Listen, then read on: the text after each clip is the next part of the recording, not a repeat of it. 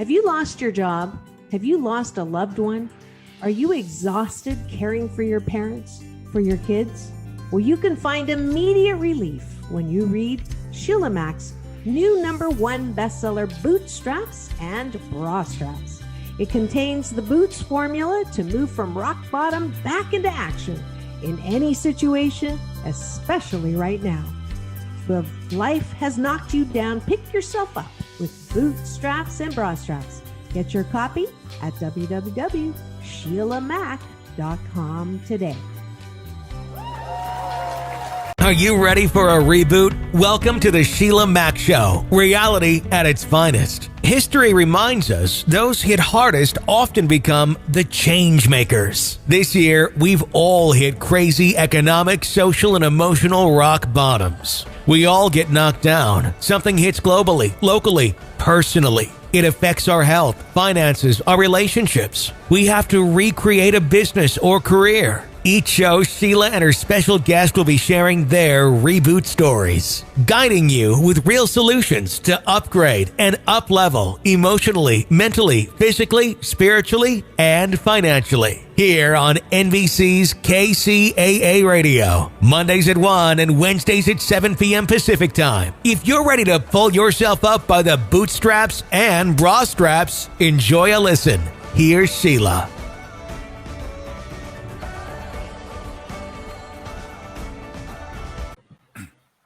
Where are you located? Oh.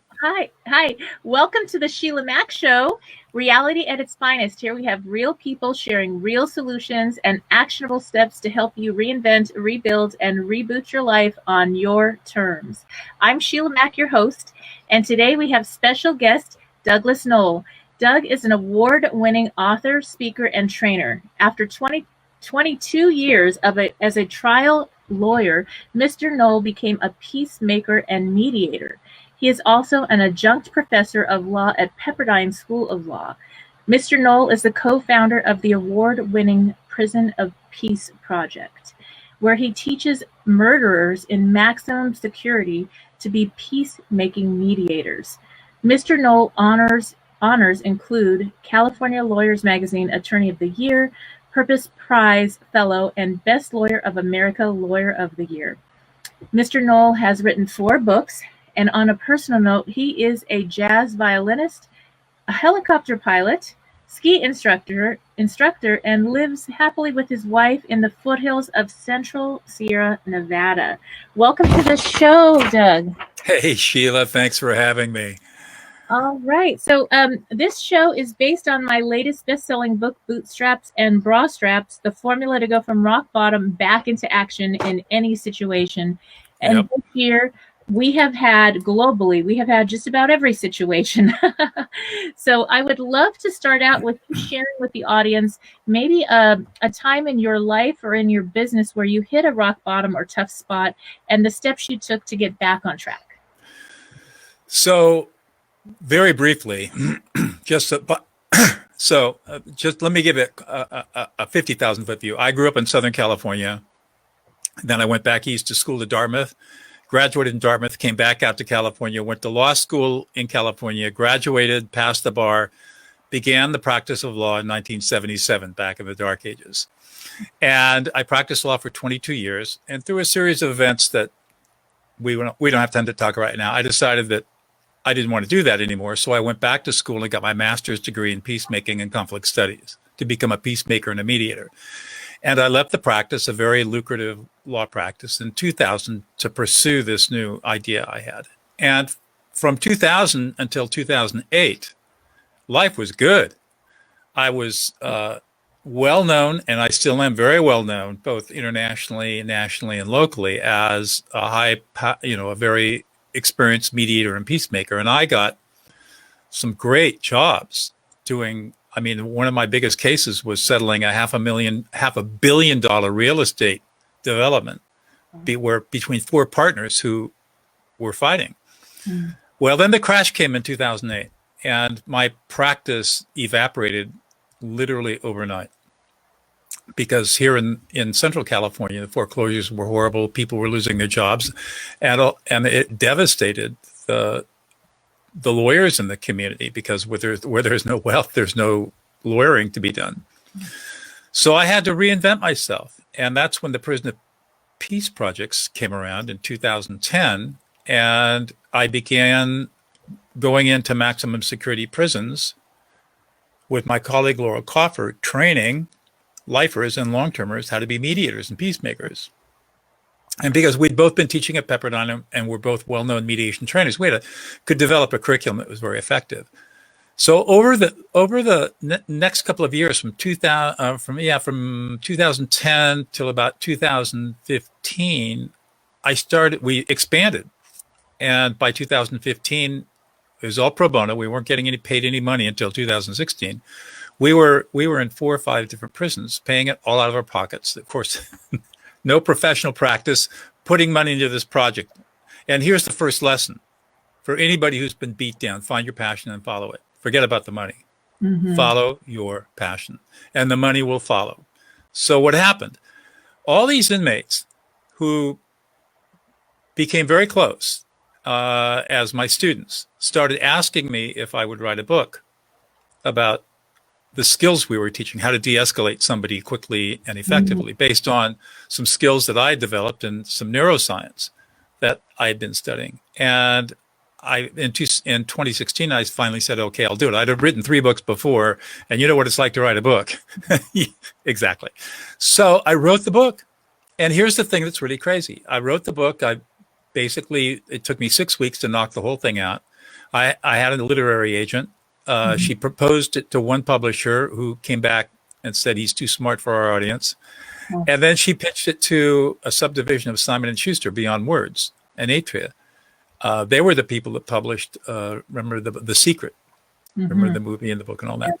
So they picked it up. And so I gave him a final manuscript at the end of the year, or right after Thanksgiving in 2016. And we didn't think this thing would be published for at least 2 years, because that's the way these big publishing houses work. Yeah. Well, in February of 2017, just like it was 4 years ago, going through a major political transition, Obama is out, Trump is in, people are freaking out. I get a call from my agent, and she tells me that the president of Atria had seen my manuscript, read it all the way to the end, which is unheard of, picked up the phone and said, what's the fastest we can get this book out? Nice. And they got it out in September of 2017. And the book became an Amazon bestseller. And I mean, now it's in 4 languages, second printing, all kinds of cool stuff happened. And what happened was, as a result of that, is I started getting calls from people all over the world to come and teach my de-escalation strategies. And today, here we are in 2020, I have developed online courses. And I'm working out of my home in Central California. I do a little bit of mediation and arbitration work. It's still nothing like it was back in the early, the first decade of of this century. But it's amazing. I'm not making nearly as much money as I used to make, but I don't need the money. So what do I care? And my wife is going bankbusters with her business. And we were able to, we've learned that we have to reinvent ourselves. She just did something she's never done before either. She's got an online business, and she taught her first online course. And it was hugely successful. We made a ton of money for us and helped a lot of people. And the whole thing is, you just got to follow your passion, follow your interests. Don't be afraid of anything. Don't be afraid to learn new stuff.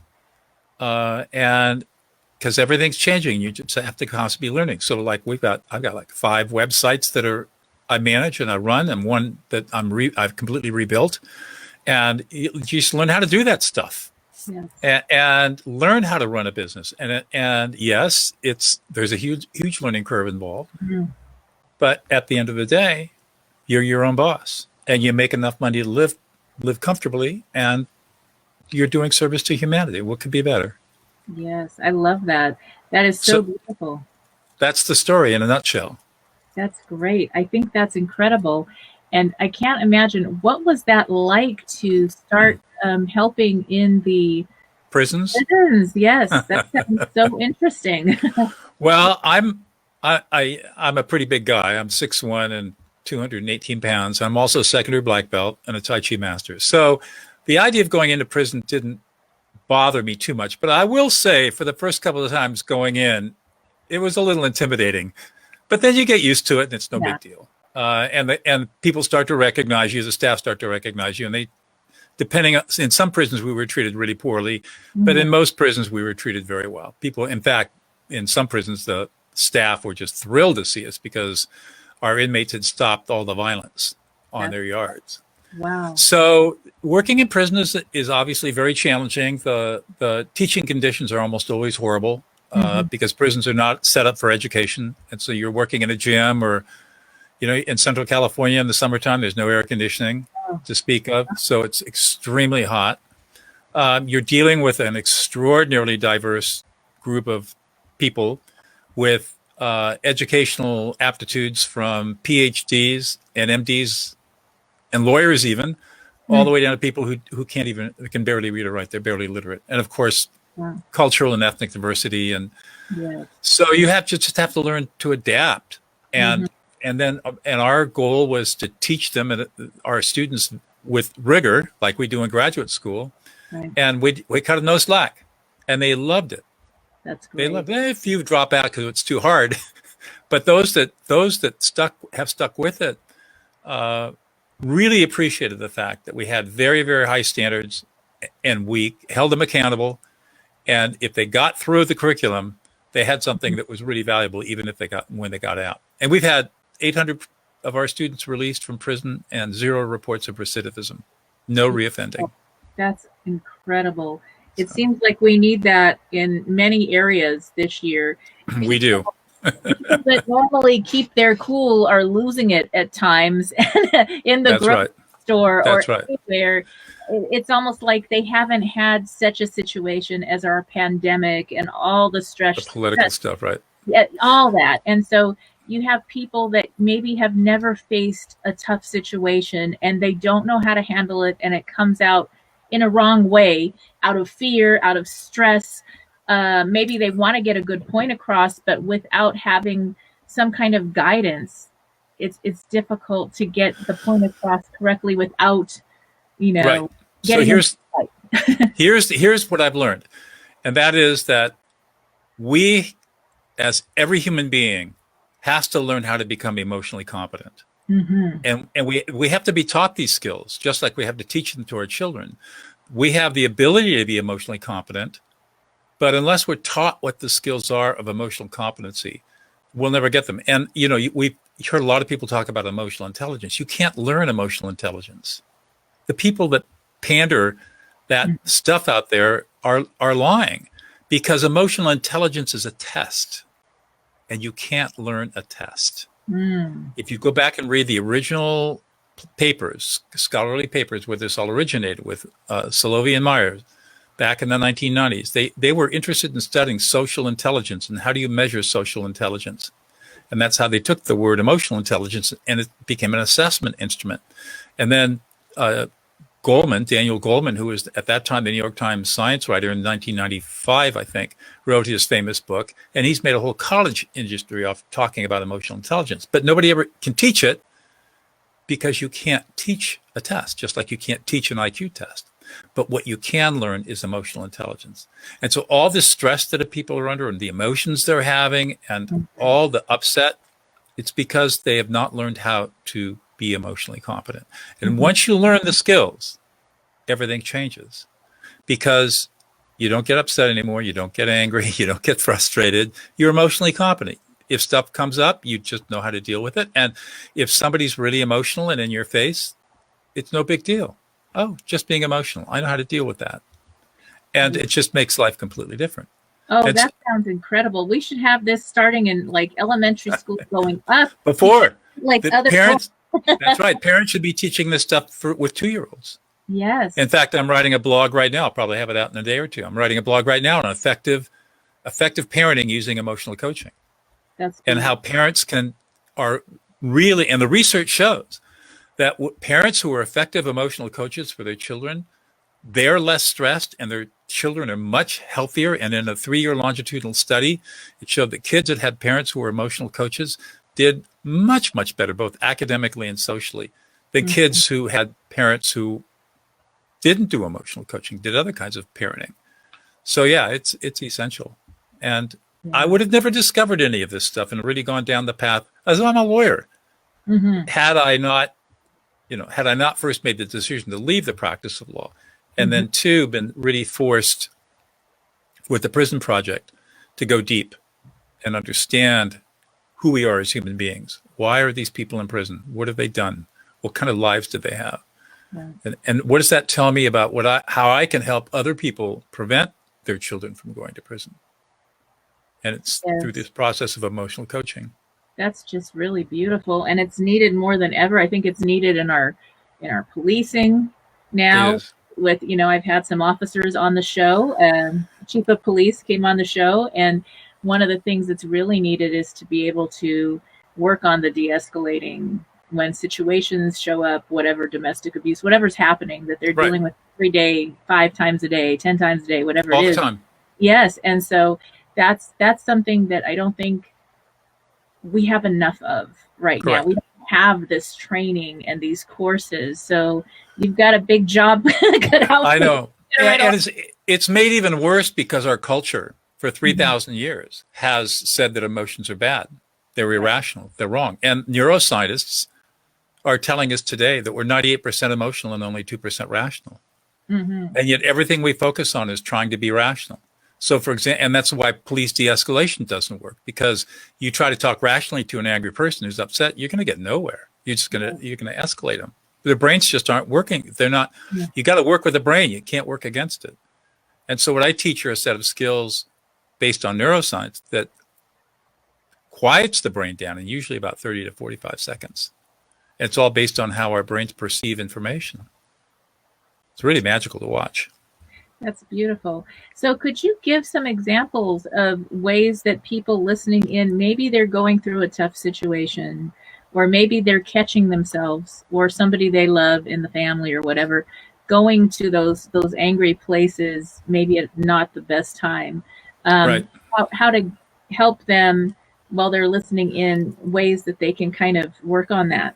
Here is the simple 3-step process. Number 1, let's just suppose that you've got somebody who's really upset. Could be anger, could be sadness, grief, frustration, doesn't matter. The first thing you're going to do is ignore the words.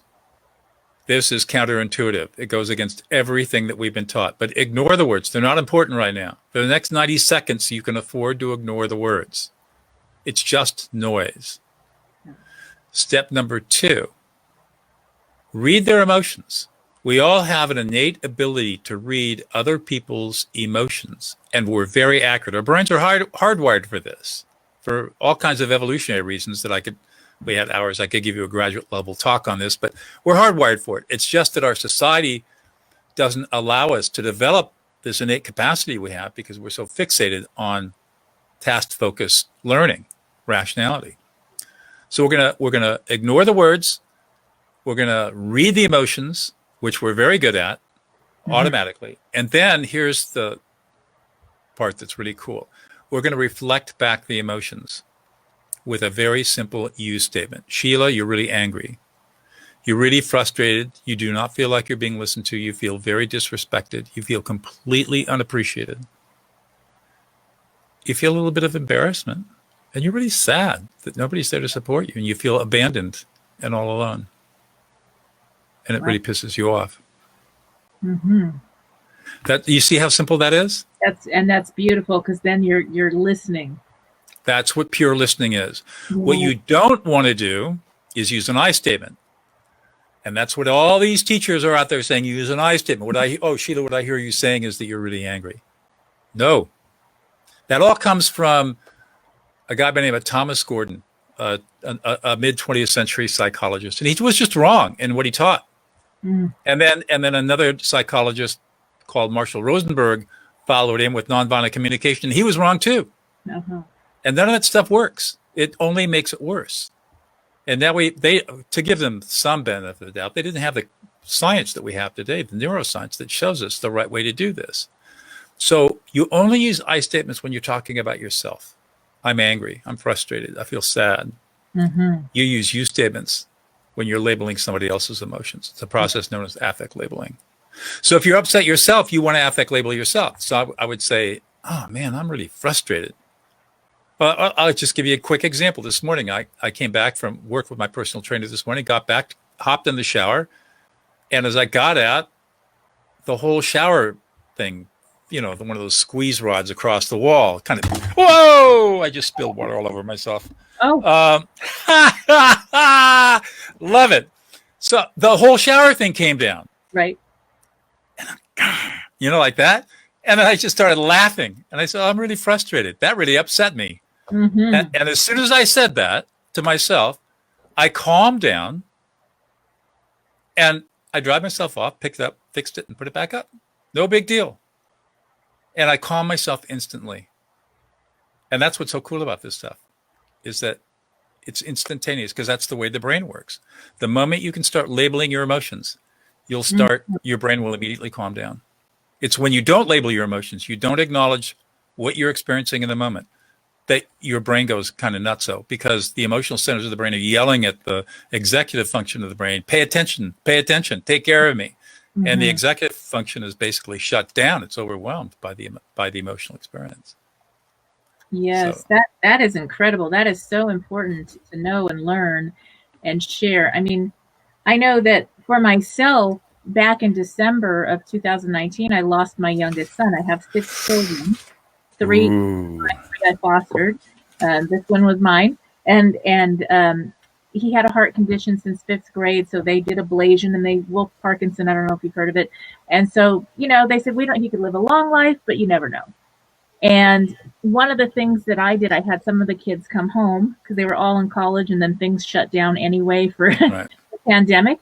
And one of the things we did was, if you need to I bought a punching bag. I said, get the anger out. We're going to go do that. And if you need to wake me up at 3 a.m. because you're going through something, you come and do that. You can knock on the door. It's not a problem.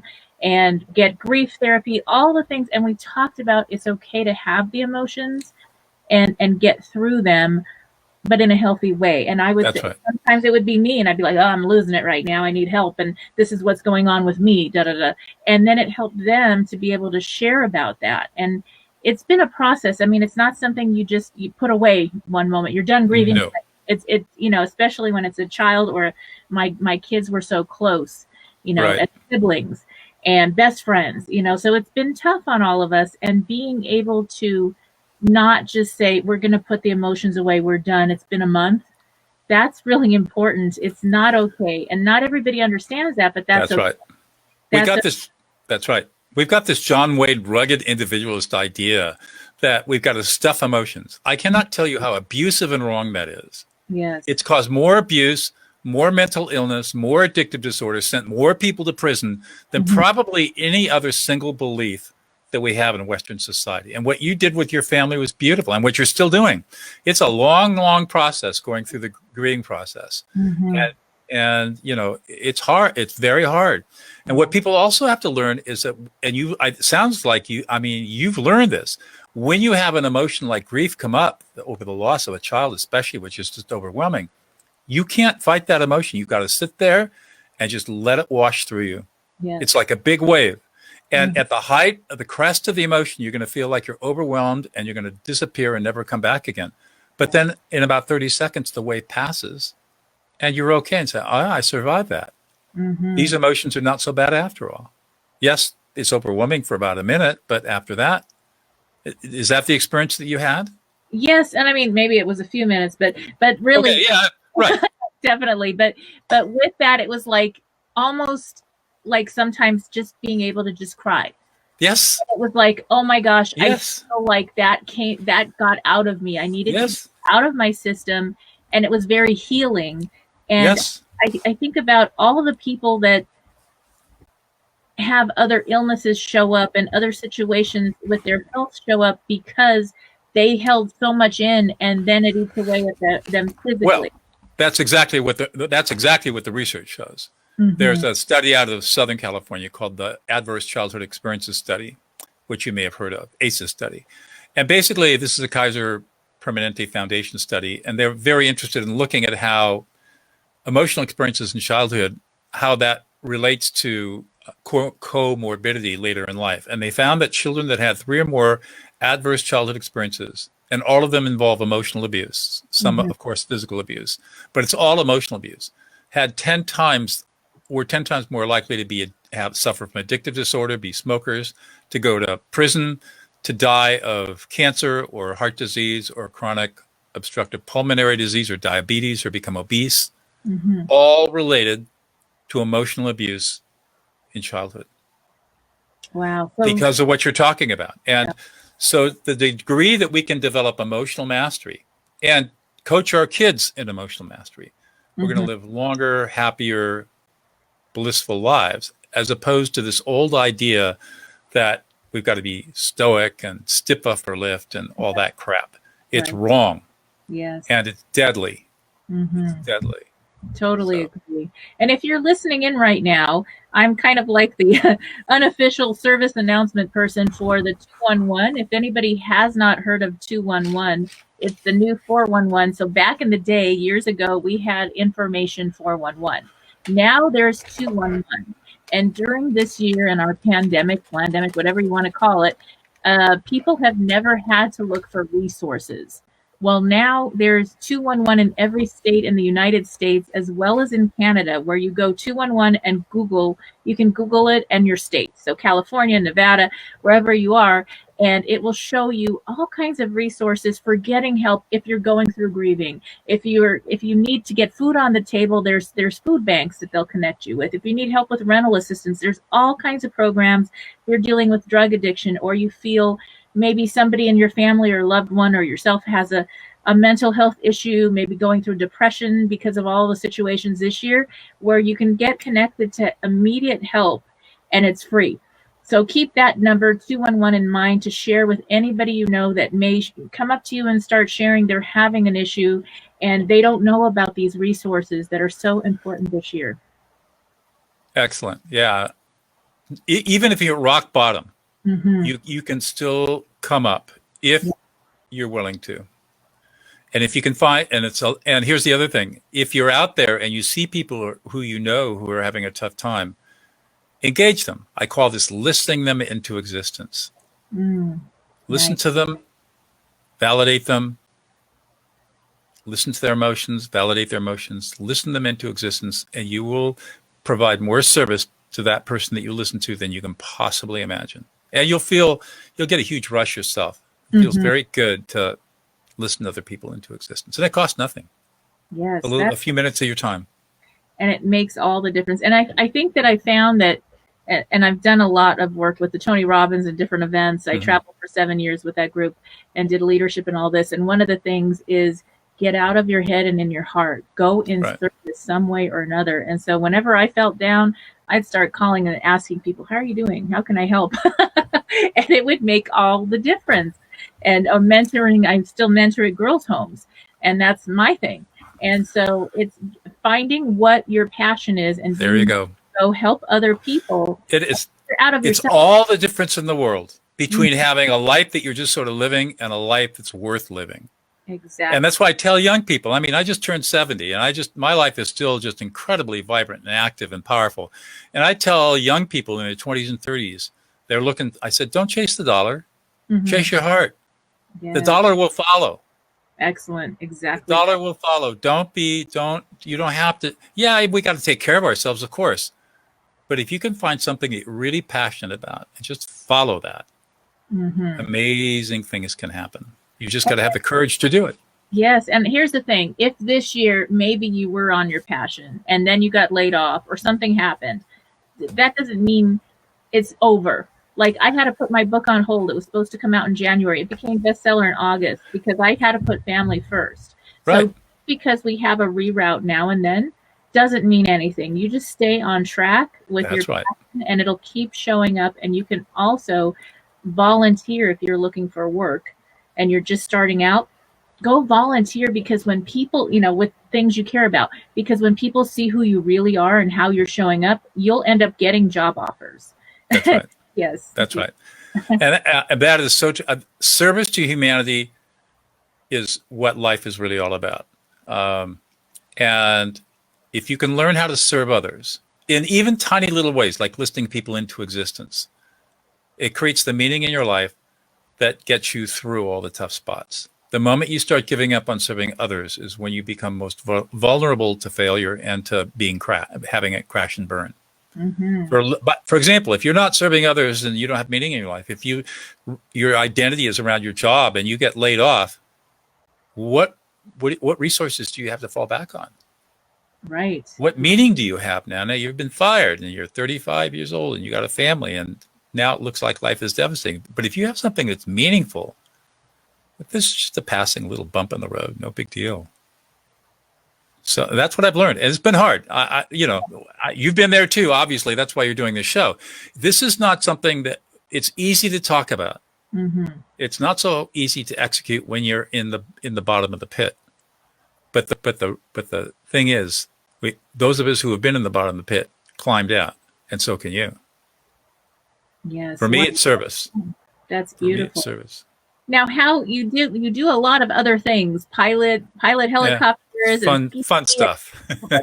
And so you were able to find a life balance, and I think that this year the gift in that is that people that maybe kept putting those things off, able to go do that. I think that balance is really important, and I mean. Now at my age, I don't do all the crazy stuff I used to do when I was younger, whitewater kayaking and all that stuff. But playing a musical instrument, I took up jazz violin 10 years ago, and now I'm finally getting it. I mean, it's really, even my wife's saying, "Well, that's really cool sounding music you're playing there." Or what I really love in the winter, we're just coming into winter now here in California, such as our winters are, wet, wet and cold, but we have snow in the mountains, so we're hoping that we'll be skiing by Thanksgiving, and I love that. I go up twice a week, ski for 3 or 4 hours, come down, and doing stuff like that, taking breaks and just getting away. Even if it's just walking around the block, I'm very gifted that I live on 10 acres in the middle of the mountains, and taking a walk for me is just like walking out in the middle of nowhere. It's beautiful. But even if you're in a city and you walk around the block, just get out and do something different and do something fun. Right. Do something fun. Yes, I know that working with some clients, they brought their business home because they had to, and they have children that are home with them that were, I guess, teens. And they said, well, one of the problems they came to me for was that they were having relationship issues and the children were fighting all the time. And I said, well, when was the last time, this was, I guess, maybe May, when was the last time you all had fun as a family? And they forgot that. They did not. It was all like, we got to get the schoolwork done. We got to do our work. We got to survive. Maybe they had some, income cuts at work. And so they were in survival mode and so stressed. And then they were fighting as a couple. And of course, the kids were modeling what they saw. And of course. We're fighting.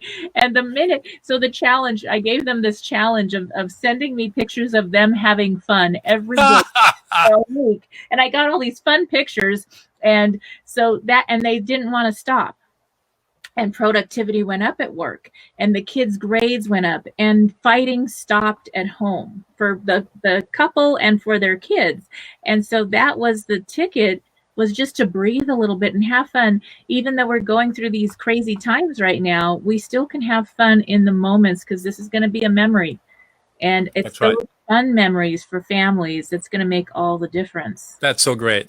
What great advice, and what a great outcome. Yeah, so really the challenge for everybody listening is have fun this week. Right. Yes, go. I love that. Make it a challenge to find something fun to do. And that doesn't mean getting Netflix out and watching a movie. Go out and do something. Yes. There's plenty you can be done, even with sheltering in, and not every, there are plenty of places you can get out, put masks on, social distance, and get out and get some air, and find a park, find some place that's open space where you can get out and just be out there. Yes. We get our lives become so habituated, and we get to develop this inertia where it's the same thing every day. It's hard to break out of that inertia, and you have to just really have the discipline to say, "Yep, we're done today. Yep, today's Wednesday. Guess what? We're taking the day off. No school, no work. What do we want to do? Wednesday." Yes. Well, we're all used to taking Saturdays and Sundays off, right? No, today is Wednesday. Wednesday is the day off. That is. And the beauty of working from home is that you can do that now. Mm-hmm. Yes. And it is, I think that's the hard part too, is, I mean, I've always kind of had my own business and been an entrepreneur, but for those that haven't had to Yes. work from home, there is a discipline Right. where you could, I mean, like even I'm guilty of, I could just keep on working. I Well, like what I do. So do I. I mean, I love what I do. And so I'm happy to sit here and talk to you and other people and work on writing and, training and teaching and coaching people. I love that work. And so for me, it's not work. Exactly. It's passion. Exactly. So that makes the difference when you're following your passion, but it's still important to stop. So for me, my beautiful home doesn't have the internet. The whole community doesn't have the internet that I would need to do these shows. So I had to rent an office at the country club, luckily near our house. They have space, which is a beautiful place, and we can go work out after and have fun and this and that. And it's wonderful. And it gives me a start time and a stop time. And when I'm home, I get to be home. And when I'm at work, so that has been kind of cool for me. So in a way, it was a blessing. Sometimes we make difficult situations into blessings for us. That's right. Yes. So we're going to finish this show and I'm going to pick up my violin and play a violin for an hour. Yes, I love that. So, So I would love for you to share your book again. That's one thing I know, even for my daughter, I have to get your book for my daughter. She's 24. She looks like she's 16, but she has been a counselor at a girls' home with this will help a lot. Pregnant teen girls and their babies. Wow. And she has to work on this kind of situation, de-escalate situations. She's really good at it, but that sounds like something that she needs to read. So the book is called De-Escalate, How to Calm an Angry Person in 90 Seconds or Less. That's the book. You can get it anywhere. You can go to my website, dougnoll.com, DOUGNOLL.com. And usually at the bottom of most of the pages or on the blogs, you'll find a link to my sales page for the book and also opportunities for different levels of support depending on what you want. For a lot of people, it's just getting the book. Some people want to get some more training, so I've got online courses. Some people want coaching, so I can help them with that. All very reasonably priced to help people learn these skills. It typically takes, for most people, it takes about 6 weeks, working an hour or two a week to master these skills. You've got to just change your habits. And so like anything else, it doesn't happen overnight. It doesn't happen without a little bit of time and effort, but not much. And I can guarantee you that if you do adopt the skills that I'm talking about and sort of suspend belief about all the counter-normative issues that come up, like listening to and reflecting emotions, in a matter of weeks, you're going to see some transformational changes in your life that you cannot believe. It's happened to everybody. It's unbelievable how it happens. I love that. This is so good. Well, thank you again, Doug, for being a guest on the show. And we will be back after these messages. All right, stay tuned.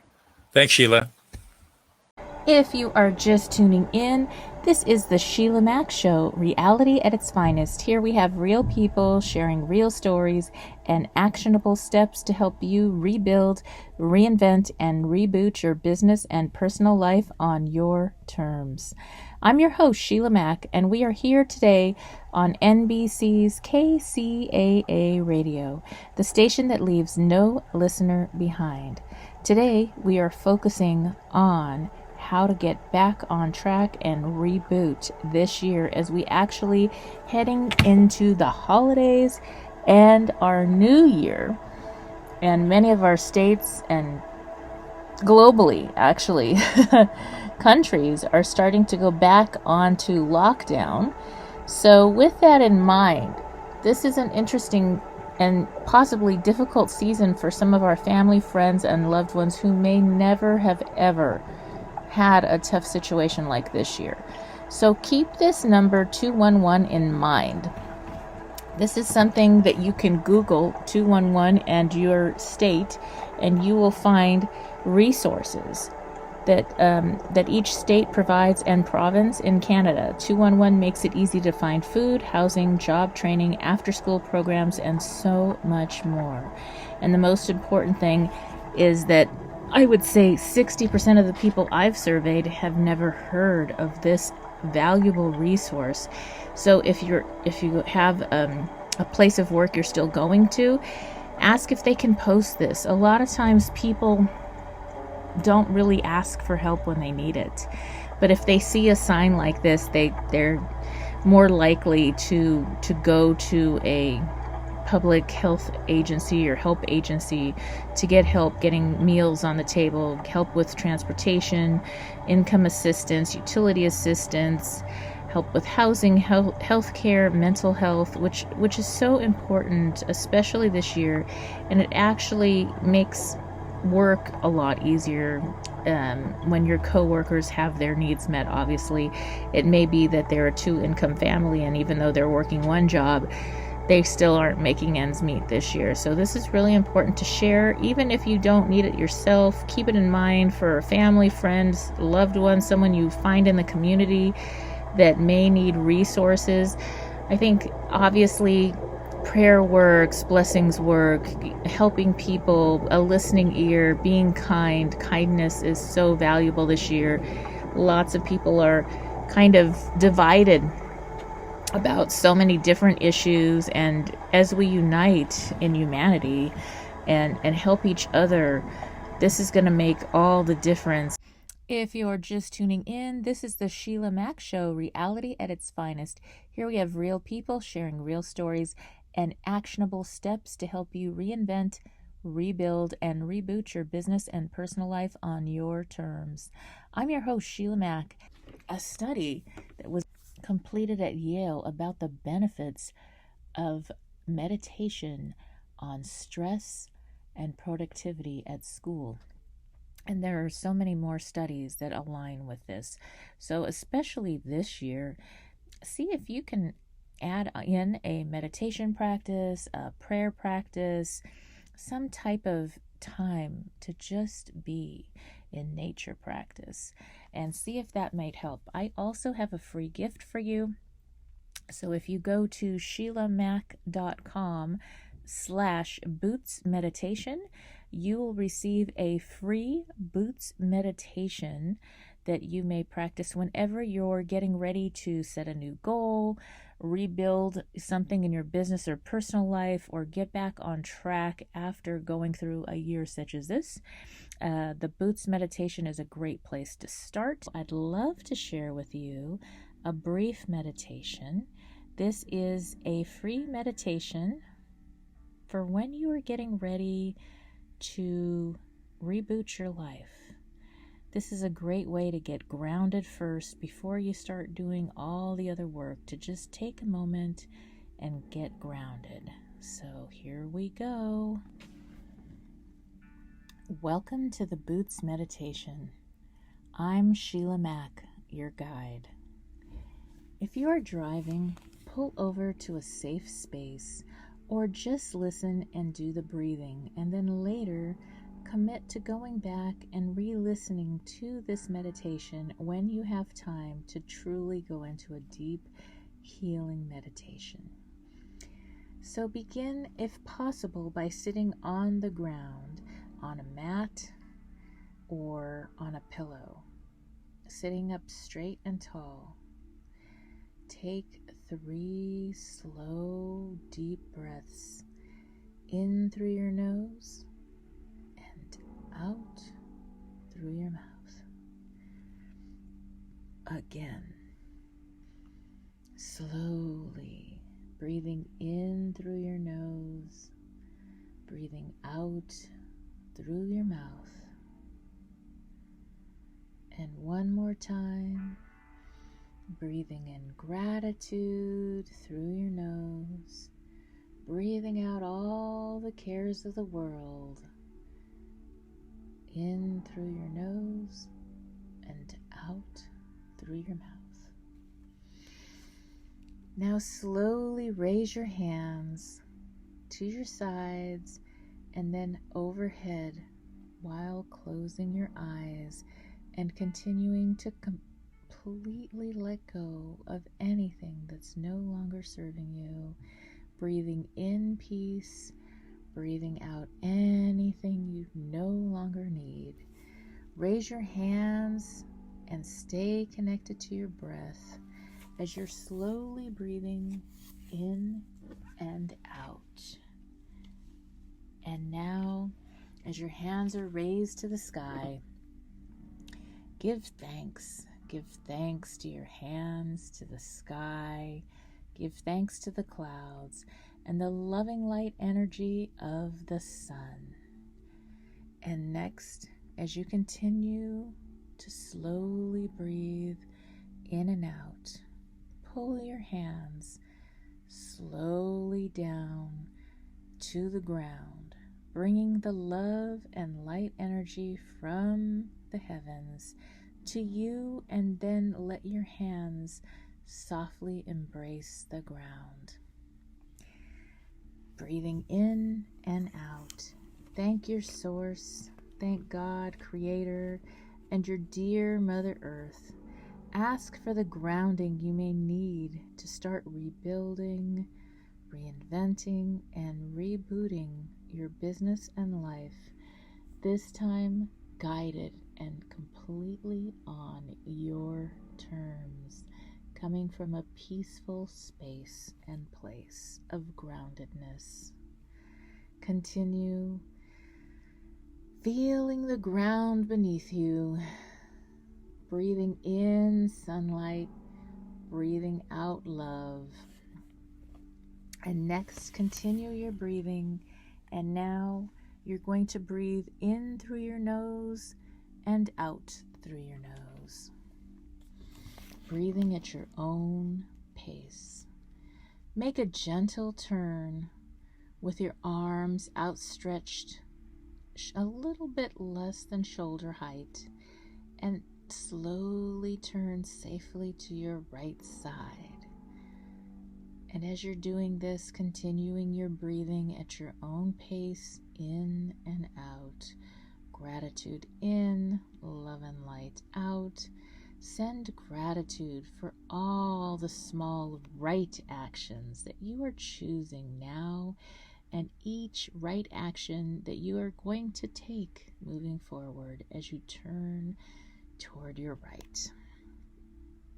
Continue your breath work and slowly turn now toward the right rear of the room or outdoors where you're seated, holding space and gratitude, breathing in and out.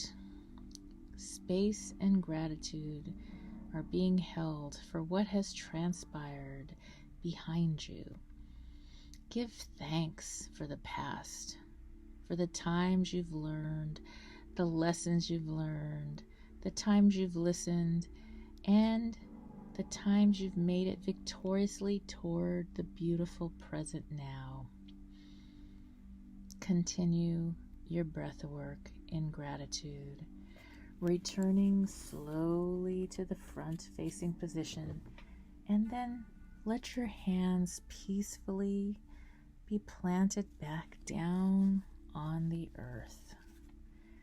Again, slowly taking a deep breath in and out. Breathing in love, breathing out light. Taking in even more gratitude and releasing out any person, any place, or anything which is not aligned with your current life purpose. Breathing out anything that's not aligned with your current mission. Breathing in love and light, and breathing out anything that no longer serves you. Continue your breathing and slowly raise your arms to your sides, straight out, slightly lower than your shoulder height, and then slowly turn toward your left. Send gratitude to all your loved ones, your family, your friends, people in the community that have helped bring you beautiful things. Think about even the clothes on your back, or the food on your table and all the people involved in making that happen. Give gratitude to those people you've never met that have now put so much love and light in your life. Send gratitude also, maybe even to those past bullies or enemies that have now left your life. Thank them for being a part of your life's journey, breathing in love, breathing out life and light, breathing in love and light, and breathing out gratitude. Now, as you are still facing towards your left side, thank those people for being a part of your life's journey and giving you such incredible strength. Breathing in love, breathing out gratitude. Stay turned toward your left and listen to your breath. Be thankful for your breath, this year especially. Thankful, sending out prayers and healing blessings to all that may be struggling with breath right now. Be in gratitude for your breath. And now, as you're still turned toward your left, remember that the left is your heart space. Your heart space is on the left of your body. So give thanks for your heart space, for your heart that breathes and gives love and light and receives love and light energy every day. Now, as you continue your breath, breathing in love and light, breathing out gratitude, turn toward the left rear of the room or outdoors where you are seated. A gentle turn while you're continuing to breathe in love and light and breathe out gratitude. Breathing in gratitude, breathing out forgiveness. Forgive any person, place, or thing that needs to be released. Send them love and a prayer or blessing for healing. Surely anyone that harms another comes from a very hurt space. Set them free as you set yourself free, opening up your left heart center to the present, to the gifts of the present. Now turn slowly back toward the center, hands slowly floating down to the ground as you continue to breathe in love and light. Breathing out gratitude, feeling the earth beneath you, holding you. Decide in all you are called to do as you rebuild and recreate your life, guided and on your terms, that you will be in a state of blissful beingness. Keep this mantra. In all I am doing, it is who I am being. And every day I will breathe in love and light. I will breathe out gratitude. Now slowly raise your hands to your heart center, to the prayer position, and say this very simple 2-word prayer mantra. Thank you. Thank yourself for showing up every day, for getting you through the ups and downs on your life's journey. Thank your loved ones, family, friend, the earth, source, love and light. Give thanks, saying thank you as a simple prayer mantra as you continue to peacefully breathe in love and light and breathe out gratitude. And you are now ready to slowly open your eyes, slowly still on the heart, still thinking of this heart center and how you can give love and kindness to all that need extra love and kindness this year, including yourself.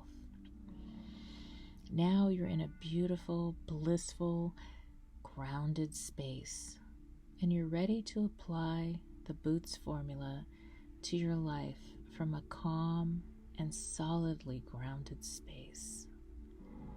I'd like to invite you to take my free Introduction to the Boots Formula course. This is a great way to continue past your meditation, where you're going to use this formula as a tool and a guide to help you reinvent, rebuild, and redesign your life, guided and on your terms. You may get the free course, Introduction to the Boots Formula, at www.sheilamac.com. Thank you for listening. I wish you life, love, laughter, and light. Namaste.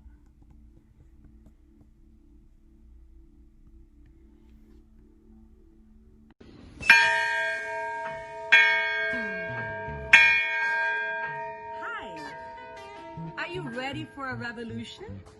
A revolution in consciousness? Yes? So join me on Sheila Mac Show and be ready to live a transformed life. My name is Miriam Magalhães. I'm a global master coach and a transformer of ONO Academy, India. And I'm looking forward to meeting you. Namaste.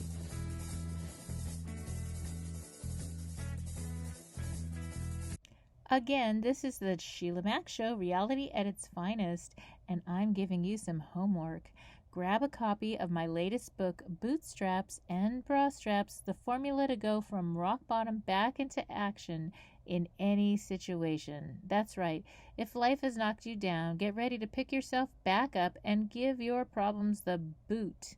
I look forward to hear about your read, and we'll see you next time. You may get a copy of Bootstraps and Bra Straps on Amazon, Audible, and Kindle, as well as at www.sheilamac.com. As always, I wish you life, love, laughter, and light.